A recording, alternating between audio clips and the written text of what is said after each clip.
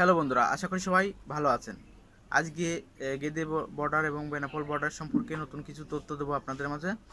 তো এই মুহূর্তে সকলেই জানেন যে সীমিত পরিসরে মেডিকেল বিষয়, এনটি বিষয় এবং স্টুডেন্ট বিষয় চালু হয়েছে। তো অনেকেই ভাবছে বন্ধ হতে পারে, কিন্তু আসলে বন্ধ হয়নি। যে অ্যাপার্টমেন্ট ডেট ছিল সেই ডেটের স্লটটি এখন আপাতত শেষ হয়ে গেছে। নতুন করে আবার অ্যাপার্টমেন্ট ডেটের স্লট দেবে, তখন আবার নিতে পারবেন। তো যাই হোক, যে বিষয়টি নিয়ে কথা বলবো সেটি হচ্ছে গেদে বর্ডার দিয়ে এখন বা বেনাপোল বর্ডার দিয়ে এখন কি সহজে যাওয়া যাচ্ছে। তো হ্যাঁ, আপনারা ট্যুরিস্ট ভিসা অনেকেই জিজ্ঞেস করছেন, ট্যুরিস্ট ভিসা নিয়ে কি গেদে বর্ডার দিয়ে বা বেনাপোল বর্ডার দিয়ে যাওয়া যাচ্ছে নাকি এই মুহূর্তে। সমস্যা সকলেই জানেন, তারপরেও জিজ্ঞেস করছে। তো এই মুহূর্তে সমস্যা আছে, ঠিক আছে, কিন্তু আপনার tourist visa, medical visa, student visa বা বিজনেস ভিসা সকল ভিসাধারীরাই কিন্তু এখন বর্তমানে গেদে এবং বেনাপোল বা অন্যান্য যে সকল বর্ডার খোলা আছে সে সকল বর্ডার দিয়েই কিন্তু ভারতে প্রবেশ করা যাচ্ছে সহজেই। তো একটু বাংলাদেশ সাইডে চেক বেশি হচ্ছে, বাদ বাকি যেতে কোনো সমস্যা হচ্ছে না এখনও পর্যন্ত। আপনারা ট্যুরিস্ট ভিসা নিয়ে যেতে পারবেন। এই প্রশ্নটি অনেকেই করছে, কারণ অনেকেরই কিন্তু আগে ট্যুরিস্ট ভিসা করা আছে, যাদের মেয়াদ আছে। বর্তমানে ট্যুরিস্ট ভিসা দিচ্ছে না, মেডিকেল ভিসা দিচ্ছে, এনটি ভিসা দিচ্ছে, আপনার স্টুডেন্ট ভিসা দিচ্ছে। যার কারণে অনেকেই এই কথাটি জিজ্ঞেস করছে যে ট্যুরিস্ট ভিসা নিয়ে কি যাওয়া যাবে কি না যাবে।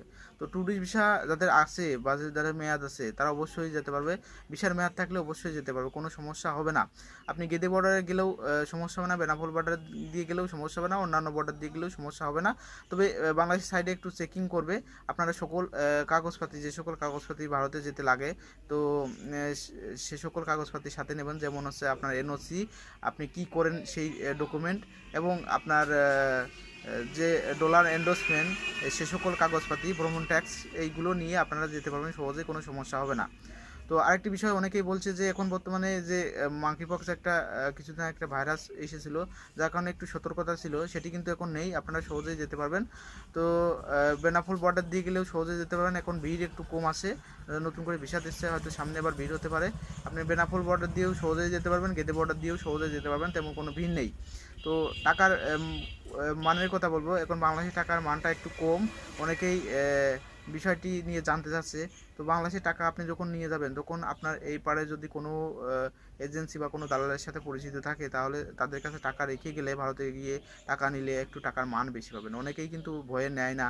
তো আপনার সাথে যদি সেরকম সম্পর্ক থাকে কারোর, যে এই দেশে টাকা রেখে যাব, বা যদি লোক আপনার সাথে যায়, তাহলে আপনি এই দেশে টাকা রেখে ভারতে যেয়ে নেবেন, তাহলে একটু টাকার রেটটা বেশি পাবেন। এই মুহূর্তে টাকার রেট একেবারেই কম, আপনার 69 থেকে 70 টাকা মধ্যে যাচ্ছে। তার মানে এতটা কম আগে কোনো দিন হয়নি, আপনার 72-73 টাকার মধ্যে সবসময় ছিল, এখন 69-70 টাকার মধ্যে আছে। তো যাই হোক, আপনারা এই মুহূর্তে ভারতে যারা যাচ্ছেন তারা খুব সহজেই ট্যুরিস্ট ভিসা নিয়ে যেতে পারবেন, কারণ ট্যুরিস্ট ভিসা আগে যাদের আছে, মেয়াদ আছে, তারা সহজেই যেতে পারবেন।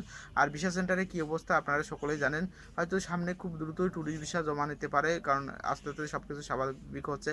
কিন্তু ভারতের সাথে বাংলাদেশের সম্পর্ক আস্তে আস্তে কিন্তু খারাপের দিকেই যাচ্ছে। তো যার কারণে ট্যুরিস্ট ভিসা বা অন্যান্য ভিসা কী হবে ভবিষ্যতে কিন্তু আমরা জানি না কেউ। তো যাই হোক, ভিডিওটি ভালো লাগলে লাইক, কমেন্ট, শেয়ার করবেন এবং আমার চ্যানেলটি সাবস্ক্রাইব